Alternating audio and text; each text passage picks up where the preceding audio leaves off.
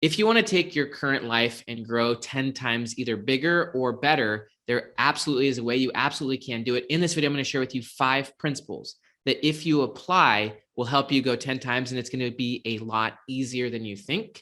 And this is actually the basis of a book that I'm writing with Dan Sullivan. Dan Sullivan is the co-founder of Strategic Coach. He's been coaching the world's greatest entrepreneurs for the last 50 years almost. Strategic Coach is the #1 entrepreneurial coaching program in the world. And Dan and I have written 2 books together. We wrote Who Not How and The Gap and the Gain. Our 3rd book together is 10X is Easier Than 2X. I'm going to walk you through some of the key concepts of that in this video. My name is Dr. Benjamin Hardy. I'm an organizational psychologist. I also recently published a book called Be Your Future Self Now. Down below, you can go to futureself.com and check out some links. With that said, let's jump straight into the 5 concepts. Step 1 to going 10X is actually clarifying your purpose. This may be simplistic, but it's not. One of the things that Viktor Frankl found, Viktor Frankl wrote the book Man's Search for Meaning, is that what man needs is not a tensionless state, but rather the striving and struggling for a worthwhile goal.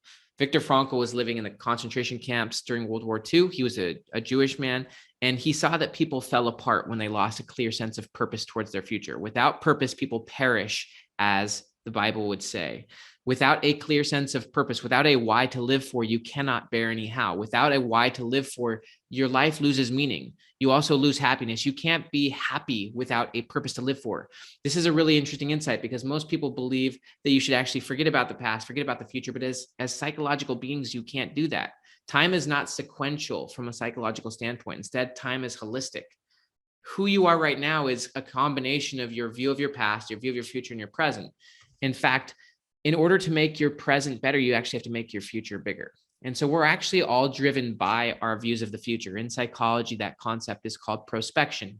As humans, we think about the future and we can plan for the future, and we can actually make decisions intelligently and intentionally towards the future we want.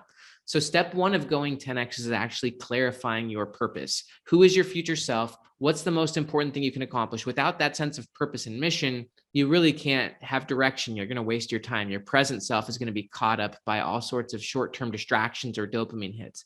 So step 1 is clarify your contextual purpose. And this is not clarifying your life purpose. It's more clarifying what's the most important thing you can accomplish at this stage in your life, at this point right now, based on who you are right now. And based on where you want to be in the next, call it 3 to 5 years, what's the absolute most important thing you can do right now? From my standpoint, clarifying your purpose is easier when you actually define 3 priorities. One of the things that Jim Collins talks about in the book Good to Great is if you have more than 3 priorities, you have none. So from my standpoint, clarifying your purpose is really about defining your 3 priorities in life. For me, as an entrepreneur and also as a father of 6 kids and as an author, my 3 priorities right now, which are different from my 3 priorities if you were to talk to me 3 or 4 years ago, are family, books, and money. These are my 3 areas of focus that I want to invest massive into so that in 3 to 5 years, my future self is 10X in these areas. My older 3 kids are 10, 12, and 14. So they're my #1 priority. I want to put all sorts of energy and effort into them.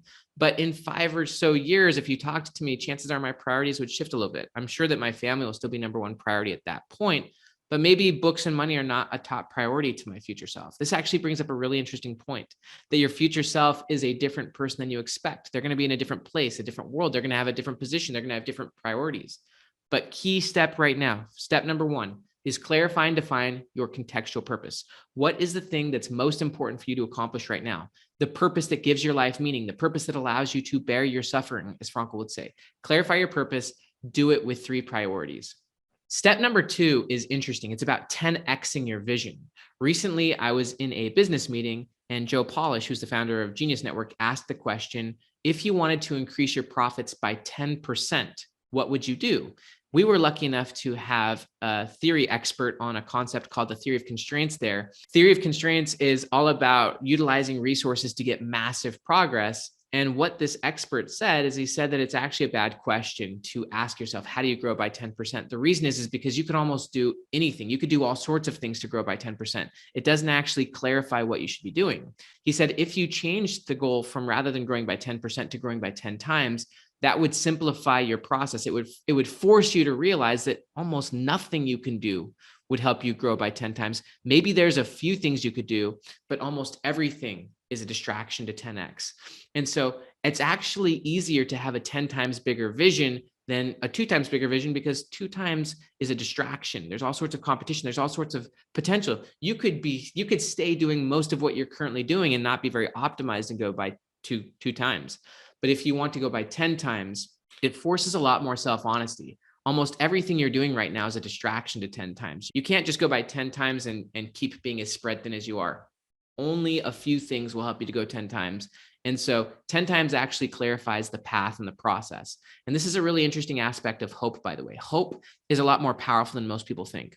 Hope is different from optimism. A lot of people generally think that hope and optimism are the same thing, but optimism is more of a general sense that the future will be better. That's what most people think hope is. That's not what hope is. In psychology, hope is 3 things. First, you have to have a very clear and specific goal to have hope. Then you have to have a concept called pathways thinking, which is where you're very flexible at finding new and better pathways to getting where you want to go. If you fail along your way, you use that failure as feedback to find new and better pathways or strategies to getting where you want to go. You're very flexible in the process, yet committed to a specific goal. The third aspect of hope is a concept called agency thinking, which is basically an internal locus of control where you believe you have choice, that you can take actions, that you can impact your future, and that you can impact your results. And so one of the reasons why 10X is easier than 2X is that once you clarify a 10X vision in a specific direction, it forces you to find really unique pathways of getting there. It actually streamlines the pathway a lot more directly. You will realize that almost nothing will get you to 10X. And so it forces you to find the few pathways that will get you there, and then ultimately to eliminate everything else. So the third step of going 10X is to identify the singularity. In the theory of constraints, there's a concept called the singularity. It's the same as the bottleneck. The bottleneck is the place in a system that's basically, if not focused on it, if not identified, is going to stop you from growing. You could put a lot of energy and effort into 10 different places, and you're not going to grow very far. You need to ultimately focus on the bottleneck. What's the one thing that, if addressed, would change the whole system? And the singularity is the one thing that if you address it, and if you put all of your energy and resources into it, or at least most of your energy and resources into it, then by virtue of focusing on and solving that singularity, 10X actually becomes very easy. Well, Dan Sullivan has a concept called unique ability that I think fits perfectly with this singularity concept. Most people, the bottleneck is themselves. It's that they're too spread thin. In fact, actually, the ultimate bottleneck of human beings is our attention. Our attention is the most limited resource we have, and most of our attention is focused on things that ultimately don't matter. If you think about the 80-20 principle, 80% of things going on are ultimately a waste of time. It's only 20% of things that creates 80% of the results.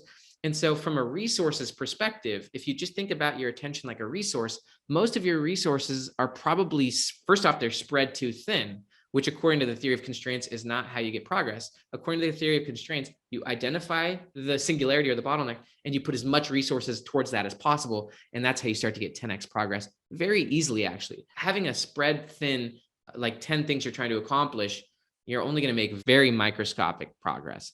So you want to identify the singularity. What is the one thing that if solved or if accomplished would change everything else you're doing? There really is only a few things that if you solve, it will change everything. And the singularity is the one thing.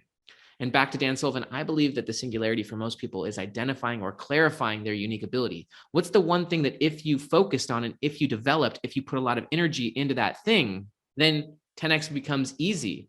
Unique ability is the thing that you do uniquely well, that if you put energy and effort into, you get outsized rewards, outsized results. For me, that's actually learning, teaching, writing, creating videos like this. If I removed 80% of what I'm doing and I focused on the singularity, which is doing deep work and deliberate practice on the thing that I'm doing, if I became a craftsman, if I really tried to get better, and this is true for you as well, that if you clarified the singularity, if you clarified your unique ability and you said, I'm going to invest most of my energy into recovery or into this and into this, and you're going to get really good at it. Not only do you simplify your life, you delegate, you outsource everything else, and you just focus on that singularity. You do deep work. Cal Newport has a great book called Deep Work. Obviously, there's an enormous amount of research on deliberate practice. Deliberate practice is how you systematically develop expertise and craftsmanship at what you do. You do have to get 10 times better to go 10 times bigger, but it's about getting better at the right thing. It's about focusing your energy and resources on the thing that's going to make the biggest bang for your buck. And so if you do deep work and deliberate practice on the essential, on the singularity, There's another great quote or aspect of constraint theory, and that's the idea that the design is perfect once there's nothing left to take away. Most people are focused on quantity, not quality. If you start removing almost everything you're doing and just focus on the one thing that matters, and then obviously if you have clear priorities about your future self, and you invest most of your resources and energy into that singularity, you're going to get 10 times results. This goes straight back to the 80-20, that 80% of results comes from 20% of what you do. If you eliminate the 80%, then ultimately focus on the few things that matter. Only 20% of your life and business and relationships will scale to 10x. This goes back to the idea that if you make the 10x vision, it shows you immediately, if you're honest, how most of what you're wasting your time on is a waste of time. And that if you just focused on the singularity, the few things that mattered, the few relationships that mattered, 10x becomes really easy because 10x is really simple. The problem is that because most people are living out of fear and insecurity, they have all sorts of contingency plans. They distract themselves with lesser goals, which now takes me to step 4 of going 10x. Step 4 is to remove everything that is not 10x. Remove everything that's not 10x. One of my favorite quotes is that we're kept from our goals, not by obstacles, but by a clear path to a lesser goal. 80% of success is about what you stop doing. 80% of success is about saying no, taking your spread out energy, your spread out attention, your spread out resources, and stopping those things. You've got to stop doing most of what you're doing. Focus purely on the essential. Perfection is not when there's nothing left to add, but when there's nothing left to take away. I also love the idea of music being the space between the notes, and about white space. It's really about simplifying. Simplify, simplify, simplify. In fact, Dan Sullivan has a concept that you simplify before you multiply. You simplify things down, and then you multiply your simplification. You clarify the 20% that matters. You clarify the singularity, and then you put all of your energy and resources into that, and you scale that up. You can't scale your whole life up. You can't scale 100% up. You've got to eliminate the 80%, focus on the 20, focus on the singularity, and you scale up to 10%, the few things that actually can scale up. So you've got to start saying no to a lot more. Simplify your life. This is another reason why 10x is easier than 2x, is because 10x requires simplicity. It requires focus on the few things that matter. And it also invites you to become a craftsperson. There's a great book actually that I love by Cal Newport called So Good They Can't Ignore You. And I believe if you simplify everything down, if you take lots of time for recovery, rest, and in fact, there's a lot of research on this, you have to psychologically detach from work. You have to recover, rest, get good sleep so that you can actually fully engage and be in flow when you're at work. When you actually engage in powerful flow-based work and you actually just have a very simple focus and it's on the singularity, it's on your unique ability, it's on the thing that's going to get you 10x. Then you have just powerful skills and you become so good you can't be ignored. And that's really the goal, is that you're actually deliberately practicing. You're doing deep work on the essential, on the few things that matter. And you're getting so good that your work can't be ignored. And you're putting the time and effort in when most people are spread thin. Most people are caught up in lesser goals. Most people are, their allocation of resources is totally spread thin, which is not how you make 10x progress. You have to pull all your resources towards the singularity. Most people are spread thin. Most people have lesser goals. Most people are living out of fear. They're living out of security. The 80% is security. The 20% is freedom, which requires conscious choice. If you start eliminating the lesser goals, if you simplify things down, a system is perfect when there's nothing left to take away. And you then focus your resources, energy, your deep work and deliberate practice on the thing that matters. This also reminds me, by the way, of the David concept. Michelangelo's the David. He had the big piece of marble and he said that the David was there. He just was taking away everything that was not the David. And so you really want to strip away everything that's not the David, everything that's not your unique ability, everything that's not the singularity, you strip out, and then you put all your time and effort into that, and 10x becomes very easy. Now, step 5 is about mastering your dopamine. There is a battle between your present and your future self. There's actually a TED Talk by that same title, and we live in a world where you need to get connected to your future self. This actually connects right back to step 1, which is clarify your purpose, get committed to your purpose. If you're not connected to your future self, which can be difficult to do, then the present self wins. There's actually an unequal battle between the present and the future self. And a lot of this has to do with dopamine, because present rewards are present, they're immediate. And we live in a world of seeking instant gratification. And if your dopamine gets all out of whack, what that means is that you're constantly seeking more and more instant, cheap rewards, which are artificial, getting up and scrolling social media or stuff like that. Overeating junk food, stimulants, etc., needing more and more rewards to freaking pull you back up to baseline. No, dopamine is best used as the fuel to get bigger and better, more positive rewards rather than just the seeking of instant gratification, which is fake rewards.